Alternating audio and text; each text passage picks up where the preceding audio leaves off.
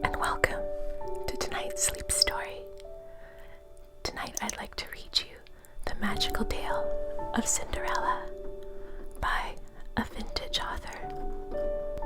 The enchanting tale of a poor girl whose fairy godmother helps make a princess. Cinderella's mother died while she was a very little child, leaving her to the care of her father and her stepsisters, who were very much older than herself, for Cinderella's father had been twice married, and her mother was his second wife. Now, Cinderella's sisters did not love her and were very unkind to her. As she grew older, they made her work as a servant and even sift the cinders, on which account they used to call her in mockery Cinderella. It was not her real name, but she became afterwards so well known by it that her proper one had been forgotten. She was a very sweet-tempered good girl, however, and everybody except her cruel sisters loved her. It happened when Cinderella was about 17 years old that the king of that country gave a ball to which all ladies of the land, and among the rest of the young girls' sisters, were invited, and they made her dress them for the ball, but never thought of allowing her to go there.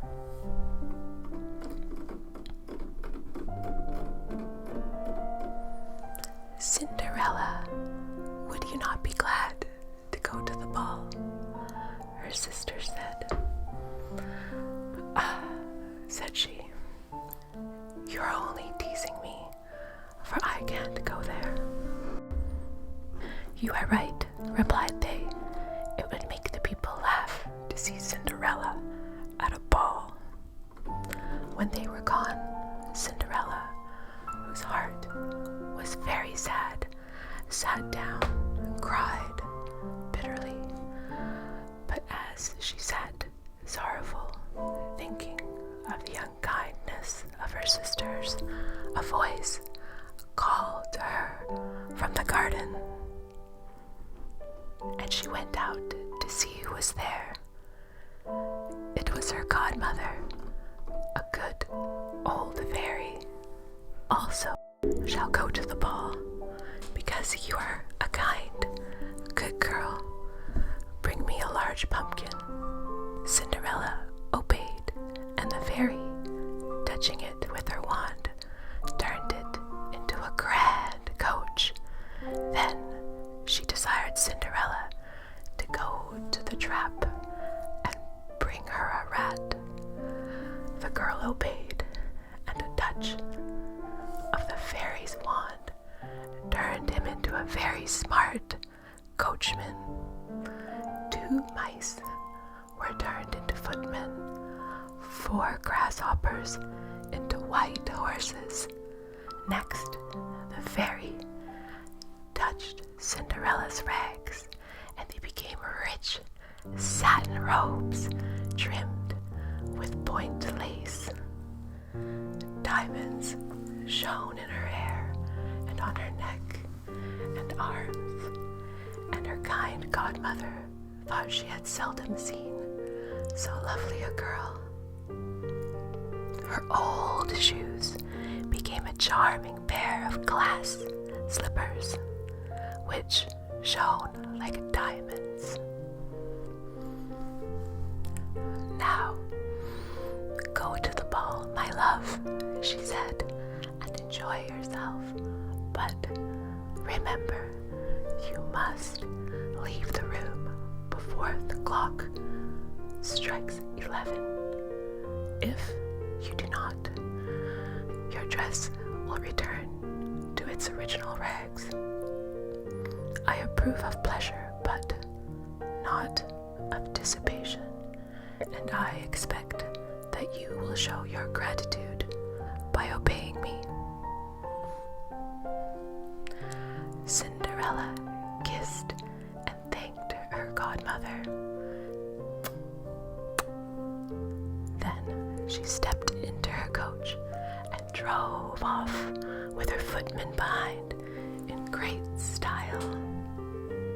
The fairy, when she was gone, returned to fairyland.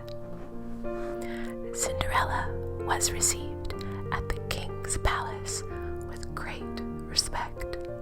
The Lord Chamberlain bowed low to her, thinking she must be a very great lady by her dress and carriage, and he showed her at once into the ballroom.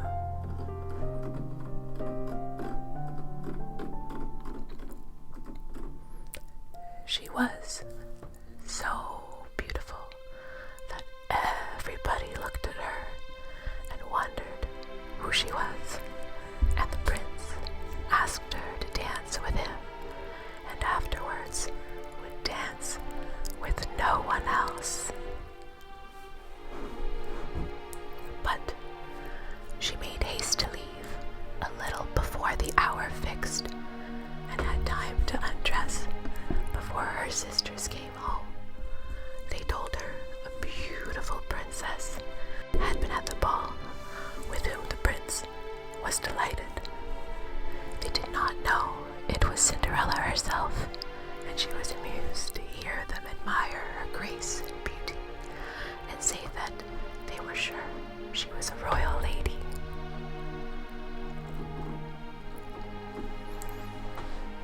The prince was quite vexed when supper time came, and he could not find his beautiful partner, and no one had seen her leave the room. But in hopes of beholding her again, he persuaded the king to give another grand ball. As soon as her sisters were gone to it, Cinderella's godmother arrived. "You were so good and obedient last time that I shall let you go out again," said she to the young girl. And once more the rat, mice, grasshoppers, and pumpkin, which had gone back to their original shapes after the first ball, were turned into the grand carriage and attendants, and Cinderella, whose rose-colored satin and rubies, went to the royal ball. Directly the prince saw her, he asked her to dance, and would have no other partner. As he led her past her two unkind sisters, she saw them look at her dress with envious eyes, and knew that they wished they were as beautiful and as well dressed as she was.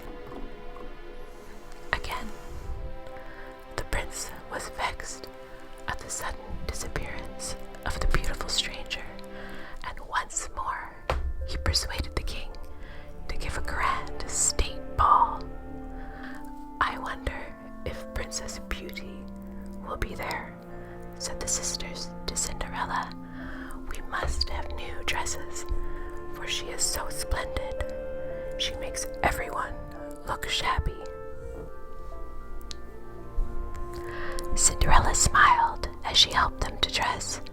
She was sure the fairy would let her go to the ball too. And she was right. Her godmother, pleased with her obedience, came in good time, and Cinderella, dressed in blue satin and pearls, went in the same style as before.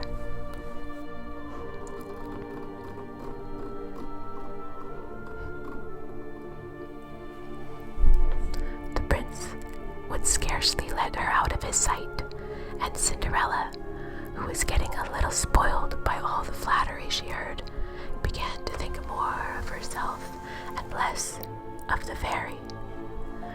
So the time stole on, till glancing up at the clock, she saw it wanted only 5 minutes to 11. At once she darted out of the room and ran through the palace as fast as she could go, but as as she reached the hall, she lost one of her precious glass slippers. She did not. Thank you, Oak Day Up. She did not stop to pick it up, but rushed to the door. Alas, the clock had struck 11. She found no coach, only a pumpkin, and the rat and mice ran quickly away when they saw her, while all her fine dress turned to rags. And she had to run home alone in the darkness of the night.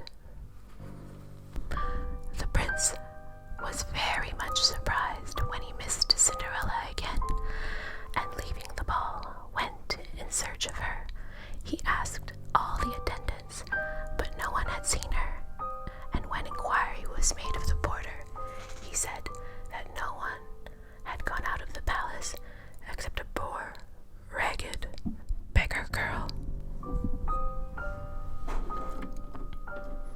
However, the prince's search was rewarded by his finding the glass slipper, which he well knew belonged to the unknown princess. He loved Cinderella so much that he now resolved to marry her, and as he felt assured that no one else could wear such a tiny shoe as hers, he sent out a herald to proclaim that whichever lady in his kingdom could put on this glass slipper should be his wife.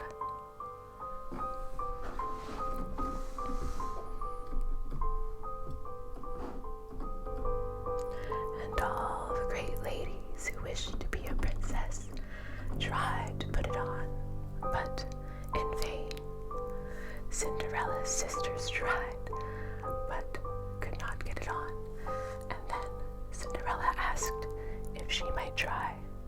They laughed at her, but the prince, hearing of her wish, sent for her. She went in with her sisters in her poor dress, but very clean, and at once put on the slipper. Then she drew the fellow of it from her pocket and slipped it onto her other foot. The prince, who had thought the moment he saw her that the poor girl was very much like the beautiful princess, was delighted. He insisted on Cinderella telling him her story, which she did very modestly, and all listened with wonder. As her tale ended, the fairy godmother suddenly entered the room, and placing her godchild's hand in the prince's, said, "Take this young girl for your wife, Prince. She is good and patient, and as she has known how to submit to injustice meekly, she will know how to reign justly."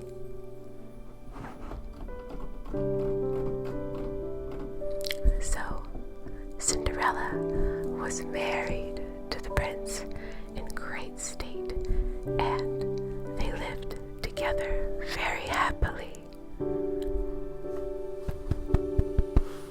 Thank you, Ajag. She forgave her sisters and treated them always very kindly, and the prince had great cause to be glad that he had found the glass slipper.